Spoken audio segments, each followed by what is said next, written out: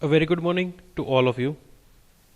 Myself, Professor Tawal Chandarana, and we are starting our new unit number 3, Dictionary Techniques of Data Compression subject. As we know that we are completed our second unit with help of 13 lectures, and in each lecture we are covering so many numericals which is part of Huffman as well as arithmetic coding. So guys, today onwards we are discuss a third and fresh concept about a data compression is nothing but a dictionary technique. In this particular unit, we discuss some of the different concept like a static dictionary and a adaptive dictionary, and then we are discuss some applications through which we can understand that what are the actual use of this kind of dictionary based algorithm in form of data compression in our real life. So whenever we discuss about a dictionary techniques, it is divided into two broad categories known as a static dictionary as well as adaptive, or we can say a dynamic dictionary. In part of static dictionary, we discuss one of the method is nothing but a diagram coding, and in adaptive dictionary we discuss a three numerical in form of LZ77, LZ78 and LZW, with some theoretical portions, with rules and regulations, some advantages, disadvantages, limitations, as well as with example. And then later on we discuss a comparisons of LZ77 and LZ78. So guys, in this particular unit we divide this unit on a three different main point: static dictionary, adaptive dictionary and applications of image compressions. So today lectures based on a static dictionary, and in this particular static dictionary categories we discuss a diagram coding for the today's topic. So first we discuss what is a static dictionary, what is a dictionary based algorithm which is help to compress data in form of image, video or audio, and then later on we discuss some example with help of diagram coding. So guys, last lecture માં આપણે more than 12 to 13 lectures માં unit number 2 complete કરી લીધું છે. આજથી આપણે unit number 3 start કરીએ છીએ. Unit number 3 છે તમારું dictionary based techniques, અને dictionary based techniques ની આપણે જ્યારે પણ વાત કરશું ત્યારે એને આપણે બે કેટેગરીની અંદર ડિવાઈડ કરીએ છીએ: static dictionary and a dynamic dictionary. As well as આપણને એ પણ ખબર છે કે ડેટા કમ્પ્રેશન્સને અથવા તો ડેટા કમ્પ્રેશન્સની ટેકનિક્સને આપણે બે પાર્ટ્સમાં ડિવાઈડ કર્યા છે: lossless data compression and lossy data compressions. So અત્યારના જે પણ ડિક્શનરી બેઝ ટેકનિક વાત કરીએ છીએ એ સ્ટેટિક હશે કે ડાયનેમિક ડિક્શનરી હશે, એ બંને પાર્ટ્સ લોસલેસ ડેટા કમ્પ્રેશન્સના છે. સો આજથી આપણે જે સ્ટાર્ટ કરીએ છીએ એ યુનિટ નંબર 3નો સ્ટેટિક ડિક્શનરીનો ડાયાગ્રામ કોડિંગ આપણે આજે સ્ટડી કરવાનો છે. સો સૌથી પહેલાં એ ડિસ્કસ કરી લઈએ કે સ્ટેટિક ડિક્શનરી શું છે, કઈ રીતે વર્ક કરે છે, અને એના બિહાફ આપણે પછી લાસ્ટમાં એ જોશું કે ડાયાગ્રામ કોડિંગ કઈ રીતે વર્ક કરે છે અને કઈ રીતે એ સ્ટેટિક ડિક્શનરીનો પાર્ટ છે. So we are starting with the today's lecture with help of a static dictionary. If we do not have informations of the source available to us prior to the encoding of particular source output, we need to acquire these informations somehow when we are encoding. So first line ની અંદર એ વસ્તુ mentions કરેલી છે કે જો તમારે encoding perform કરવું છે, અથવા તો આપણે એવું કહી શકીએ કે ડેટા કમ્પ્રેશન્સ પરફોર્મ કરવું છે કોઈ પણ મેસેજનું, તો એ મેસેજ શું છે એની પ્રાયર ઇન્ફોર્મેશન હશે તો જ આપણે સ્ટેટિક ડિક્શનરી યુઝ કરી શકશું. મીન્સ પહેલેથી આપણી પાસે એ કમ્પ્લીટ મેસેજ હોવો કમ્પલસરી છે. If V feel V have a sufficient prior knowledge, we can use a static approach. If not, we can take an adaptive approach. જો આપણી પાસે અવેલેબિલિટી ઓફ ઇન્ફોર્મેશન્સ અથવા તો પ્રાયર નોલેજ છે આપણા complete મેસેજનું, તો આપણે સ્ટેટિક ડિક્શનરી યુઝ કરશું. જો એવું પોસિબલ નથી, then we are using a second approach of dictionary based technique is nothing but the adaptive approach. Choosing a static dictionary technique is most appropriate when considerable prior knowledge about the source is available. હમણાં જ આપણે previous લાઇનની અંદર જ discuss કર્યું કે જો તમારી પાસે બેઝિક અને પ્રાયર નોલેજ તમારા એકચ્યુઅલ મેસેજનો હોય તો જ તમારે સ્ટેટિક ડિક્શનરી યુઝ કરવાની છે. અધરવાઇઝ જેમ જેમ મેસેજ આવતો જાય છે એમ તમારે કમ્પ્રેશન્સ પરફોર્મ કરવાનું છે, તો તમારે એડેપ્ટિવ એપ્રોચનો યુઝ કરવો પડશે, અથવા તો આપણે એવું કહી શકીએ કે એડેપ્ટિવ ડિક્શનરી ટેકનિક્સની કોઈ એક ટેકનિકનો યુઝ કરવો પડશે. For example, if the task were to compress the student record at the university, a static dictionary approach may be the best. એક એક્ઝામ્પલથી સમજીએ કે જો તમારે કોઈ સ્ટુડન્ટનો ડેટા છે એને કમ્પ્રેસ કરવો છે, કોઈ યુનિવર્સિટીના સ્ટુડન્ટનો ડેટાને કમ્પ્રેસ પરફોર્મ કરવું છે, તો બટ ઓબ્વિયસ એનો કમ્પ્લીટ ડેટા આપણી પાસે પહેલેથી અવેલેબલ હશે જ. મે બી કદાચ ચેન્જ થાય તો એકાદા બે સ્ટુડન્ટનો ચેન્જ થાય, લોટ્સ ઓફ ચેન્જીસ અવેલેબિલિટી નથી, અથવા તો લોટ્સ ઓફ ચેન્જીસ થવાના કોઈ ચાન્સીસ નથી. સો એનો મિનિંગ એવો છે કે આપણી પાસે પ્રાયોર નોલેજ છે જે ડેટાનું કમ્પ્રેસ કરવાનો છે, અથવા જો જે ડેટાને કમ્પ્રેસ કરવાનો છે એની પ્રાયોર ઇન્ફોર્મેશન સ્ટુડન્ટની ઇન્ફોર્મેશન ઓલરેડી આપણી પાસે છે. સો એના માટે બેસ્ટ ટેકનિક છે static dictionary, and that's why it is mentions that a static dictionary is a best approach when we have a student record at a university.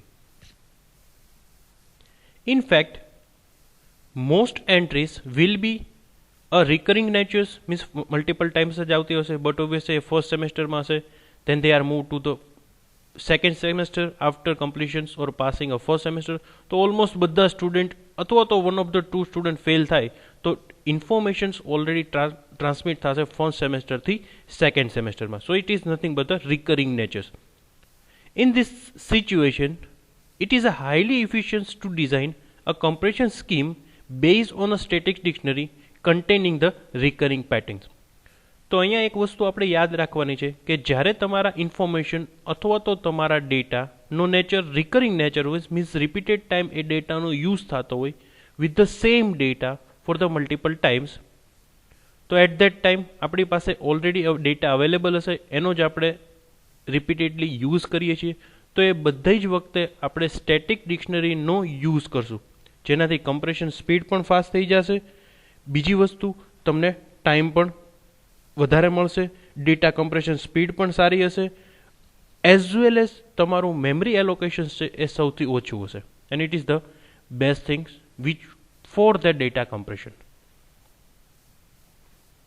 Similarly there could be a number of other situations in which an application specific or a data specific static dictionary based coding scheme would be the most efficient. But obviously જો કોઈ specific application through, એટલે કે ત્યાં તમારી પાસે already available data હશે પહેલેથી, as well as a data specific, means already જ્યાં ડેટા પ્રી ડિફાઇનેડ કન્સેપ્ટ છે, જ્યાં ડેટાનો ચેન્જીસ બહુ ઓછો છે. લાઈક આપણે એક્ઝામ્પલ આપી દઉં તો કોઈ પર્સનના આધાર કાર્ડ નંબર છે, વોટર કાર્ડ નંબર છે, ડ્રાઇવિંગ લાઇસન્સ નંબર છે, એ life time as it is રહેશે, તમારે એને જસ્ટ રિન્યૂ કરવાનું છે in form of recursing nature's.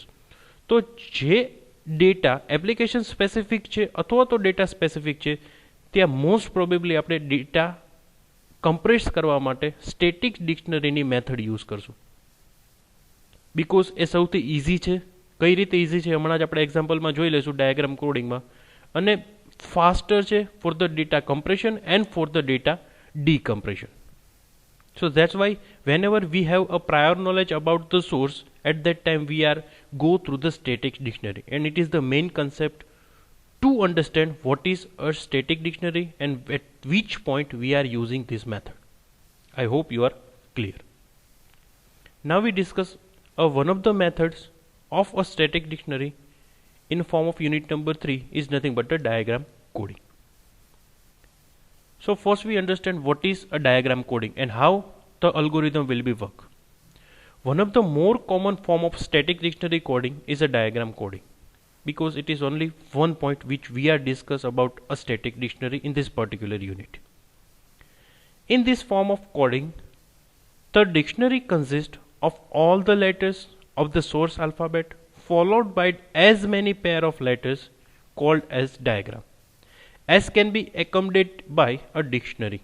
So but obviously આપણે પહેલા જ ડિસ્કસ કર્યું કે આ સ્ટેટિક ડિક્શનરીની એક મેથડ છે, એનો મિનિંગ કે આપણી પાસે ઓલરેડી કમ્પ્લીટ મેસેજ છે, એના બેઝ ઉપર આપણે ટ્રાય કરશું કે એક ડિક્શનરી જનરેટ કરીએ જેના રેફરન્સથી આપણે કોડિંગ પરફોર્મ કરશું, એટલે કે કમ્પ્રેશન પરફોર્મ કરશું અને ડીકમ્પ્રેશન પરફોર્મ કરશું.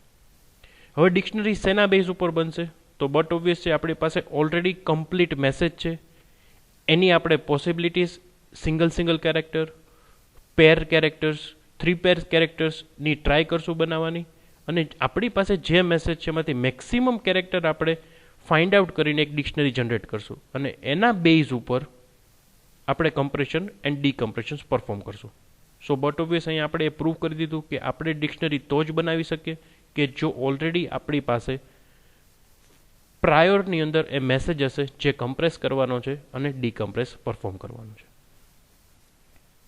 સો the first rule of diagram coding.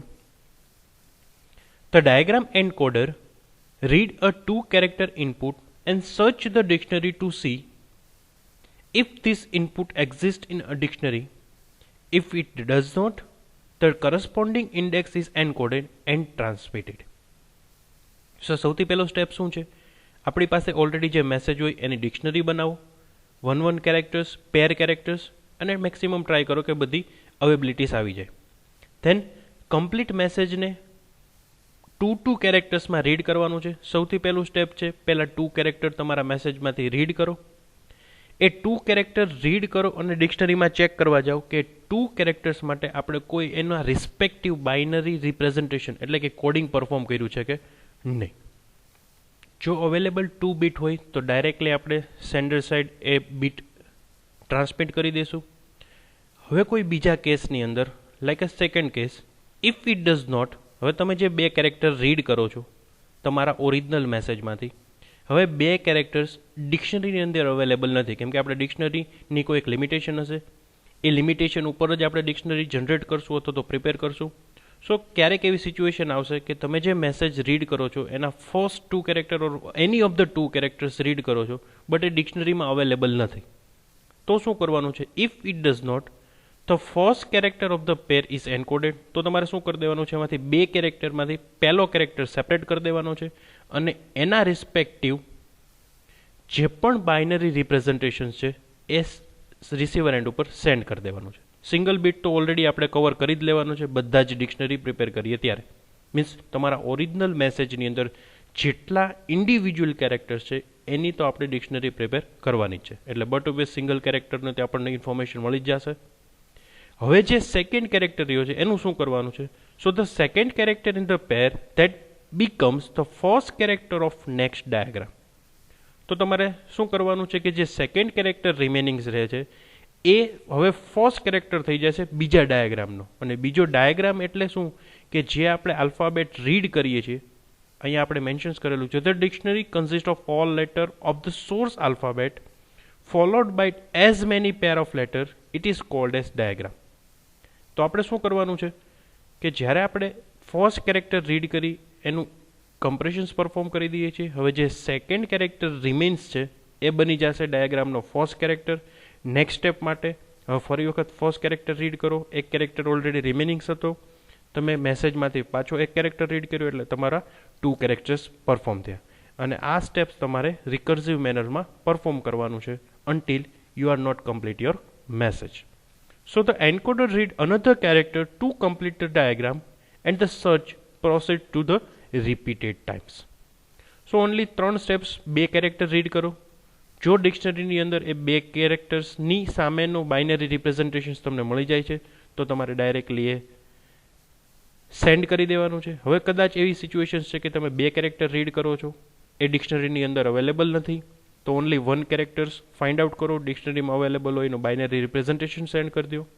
રિમેનિંગ્સ જે 1 કેરેક્ટર છે એને બીજા મેસેજમાંથી એટલે કે તમારા ઓરિજિનલ મેસેજમાં જે કેરેક્ટર્સનું કમ્પ્રેસ કરવાનું બાકી છે એમાંથી 1 કેરેક્ટર રીડ કરો, ફરી વખત પેર બનાવી લો, ડિક્શનરીમાં સર્ચ કરવા જાઓ અને જો અવેલેબલ પોસિબિલિટી હોય તો એને બાઇનરી રિપ્રેઝન્ટેશન સેન્ડ કરી દો સેન્ડર ટુ રિસીવર એન્ડ ઉપર. સો એવી રીતે તમારા કમ્પ્લીટ મેસેજનું કમ્પ્રેશન્સ પરફોર્મ કરવાનું છે with help of diagram coding. So સૌથી પહેલી વસ્તુ એ યાદ રાખવાની છે કે આપણે સ્ટેટિક ડિક્શનરી ટેકનિકનો યુઝ કરીએ છીએ એનો મિનિંગ આપણી પાસે કમ્પ્લીટ મેસેજ છે. કમ્પ્લીટ મેસેજ છે એટલે એના બેઝ ઉપર આપણે ડિક્શનરી જનરેટ કરીએ છીએ અને ડિક્શનરી જનરેટ થાય then we are followed this 3 steps. Now we check how to perform actually a diagram coding with help of example. તો આપણે એક્ઝામ્પલથી આ વસ્તુ સમજવાની ટ્રાય કરીએ. Suppose V have a source with the 5 letters alphabet. Alphabets આપણને કયા કયા available છે? A, B, C, D અને R. Based on the knowledge about the source we build a dictionary. તો હમણાં જ મેં તમને કીધું હતું કે જે ઇન્ડિવિજ્યુઅલ કેરેક્ટર્સ મળે છે એને તો આપણે ડિક્શનરી બનાવવાની જ છે. એટલે આપણે ડિક્શનરીમાં 5 કેરેક્ટર તો ઓલરેડી અવેલેબલ છે, A, B, C, D અને R. હવે શું કરવાનું છે? ટ્રાય કરવાની કે પેર બનાવવાની કેટલી પોસિબિલિટી મળી શકે એવી છે. તો આપણે એક લિમિટેશન લિમિટેડ સેટ્સ ઉપર આપણે આ ડિક્શનરી બનાવવાની ટ્રાય કરીએ તો આપણને આવી કંઈક ડિક્શનરી મળે છે. A માટે 3 × 0, B માટે 0 0 1, C માટે 0 1 0, D માટે 0 1 1. આ 0 આ 1 નંબરનું બાઇનરી છે, આ 2 નંબરનું બાઇનરી છે, આ 3 નંબરનું બાઇનરી, સેમ ફોર 4 નંબર, આ 5 નંબર, આ 6 નંબર અને આ 7 નંબર. બીજું કાંઈ નથી, એઝ ઇટ ઇઝ 7 નંબર સુધી આપણે બાઇનરી રિપ્રેઝન્ટેશન કર્યું છે. એમાંથી 5 કેરેક્ટર તો ઇન્ડિવિજ્યુઅલ કેરેક્ટર્સ છે. હવે as per the first rules આપણે શું કરવાનું છે? પેર બનાવવાની ટ્રાય કરીએ. તો સૌથી પહેલાં A અને B ની પેર બનાવીએ. તો AB ની એક પેર બની, ધેન AC ની પેર બનાવીએ, AC ની પેર બની અને AD ની પેર બનાવીએ તો AD ની પેર બની. તો સૌથી પહેલો ક્વેશ્ચન આવે કે સર કેમ 7 સુધી જ પરફોર્મ કર્યું? સો આપણે 3 બીટમાં રિપ્રેઝન્ટ કરીએ છીએ અને ટ્રાય કરીએ છીએ કે આપણે મેક્સિમમ મેસેજ આટલા પેરની અંદરથી જનરેટ કરી શકીએ. કેમ કે જો ડિક્શનરી વધારે હશે તો મેમરી સ્પેસ પણ વધારે રોકાશે. એટલે આપણે એક સ્મોલ અમાઉન્ટની ડિક્શનરી જનરેટ કરી અને મેક્સિમમ કેરેક્ટર્સ આવી જાય એવી ટ્રાય કરવાની છે અને એના બેઝ ઉપર આપણને ટોટલ 8 કેરેક્ટર્સની ડિક્શનરી જનરેટ થાય છે. હવે આપણે કયો મેસેજ ટ્રાન્સફર કરવાનો છે એ જોઈ લઈએ. Suppose we wish to encode the sequence A, B, R, A, C, A, D, A, B, R. જો આ મેસેજ ટ્રાન્સફર કરવાનો છે from sender to receiver and, આપણી પાસે આ ડિક્શનરી ઓલરેડી અવેલેબલ છે. એ ડિક્શનરી શેના બેઝ ઉપર બની છે? આપણા સોર્સ આલ્ફાબેટ ઉપરથી. તો હવે શું કરવાનું છે કે સૌથી પહેલો રૂલ્સ તમારા 2 કેરેક્ટર રીડ કરો, એટલે કે A અને B. ડિક્શનરીની અંદર ચેક કરવા જાઓ તો A ને B તમને ઓલરેડી અવેલેબલ છે. તો હવે જ્યારે AB રીડ કરો છો ત્યારે તમારે મોકલવાનું શું થશે? 1 0 1. ચેક કરી લઈએ. The encoder read first 2 character AB and check to see if this pair of letter exists in the dictionary. It does, and it is encoded using the code word 101. So it is the simplest method. જો પહેલા 2 character read કરો, ડિક્શનરીની અંદર search કરવા જાઓ, જો ડિક્શનરીની અંદર મળી જાય તો એનો જે પણ કોડ છે એ તમે લખી દો. હવે ઇન્ડિવિજ્યુઅલી આપણે ડેટા નથી મોકલવાનો, કમ્પ્લીટ મેસેજ મોકલવાનો છે. મીન્સ આપણા પહેલા 2 કેરેક્ટરનું કમ્પ્રેશન્સ થઈ ગયું છે. હવે ફર્સ્ટ 2 કેરેક્ટરનું કમ્પ્રેશન્સ થઈ ગયું છે 101. હવે સેકન્ડ 2 કેરેક્ટર્સ R અને A રીડ કરો. R અને A રીડ કરો, ડિક્શનરીની અંદર સર્ચ કરવા જાઓ, અવેલેબલ છે કે નહીં એ ચેક કરો. સો તમને ડિક્શનરી અને મેસેજ હું ફરી વખત આપી દઉં છું એટલે તમારે પ્રીવિયસ સ્લાઇડ્સમાં ન જવું પડે. So the encoder then read a next 2 characters. AB નું ઓલરેડી પરફોર્મ થઈ ગયું છે. હવે R A રીડ કરો. સો R A and check to see if the pair occur in a dictionary. તો R A આપણને ક્યાંય પેર અવેલેબલ નથી. તો આપણો રૂલ્સ 2 એપ્લાય કરો. ઓનલી ફર્સ્ટ કેરેક્ટર રીડ કરો. It does not, so the encoder send out the code for the R.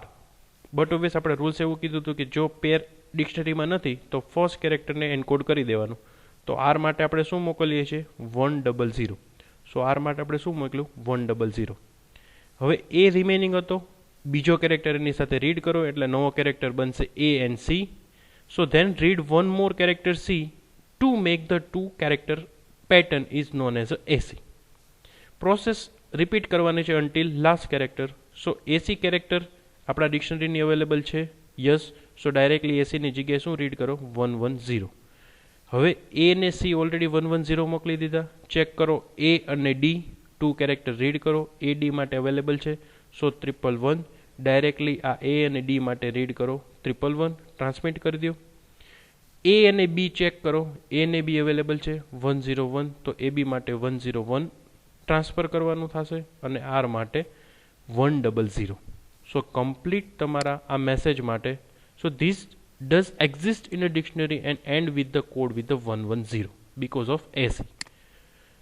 So continue in this fashions. The remainder of the sequence is coded. The output string for the given input string sequence is ABRA CA DA BR. આટલી string માટે આપણે આ message transfer કરશું અને message એક સાથે transfer કરવાનો છે, નહીં કે એક કેરેક્ટર્સ માટે કે પેર ઓફ કેરેક્ટર્સ માટે. આ કમ્પ્લીટ મેસેજના રિપ્લેસમેન્ટમાં તમારે આ complete string binary string transfer કરવાની છે, એઝ વેલ એઝ આ ડિક્શનરી જનરેટ કરીને સેન્ડર એન્ડ ઉપર સેન્ડ કરવાની છે. સો it is a simplest and easiest technique of static dictionary is nothing but a diagram coding. I hope you are clear what is a diagram coding. Dictionary બનાવવા માટે એવો કોઈ rules નથી. બધા characters અને બધી પેટર્ન્સ મિનિમમ ફેશન્સની અંદર, minimum ટાઈમ્સની અંદર આવી જાય, મિનિમમ કોડ્સની અંદર આવી જાય, એ રીતે યુઝર ડિફાઇન્ડ ડિક્શનરી જનરેટ કરવાની છે. સો એ કન્ફ્યુઝ ના થતા કે સર ડિક્શનરી શેના બેઝ ઉપર બનાવવાની છે. ડિક્શનરી તમે જાતે પણ ઇઝીલી અને તમારી ફ્લેક્સિબિલિટી માટે વિથ હેલ્પ ઓફ મેસેજ તમે બનાવી શકો છો. I hope you are clear what is a static dictionary, what is diagram coding, and how the numerical perform with help of diagram coding. I hope you are clear and I hope you are enjoying this lecture. Thank you so much.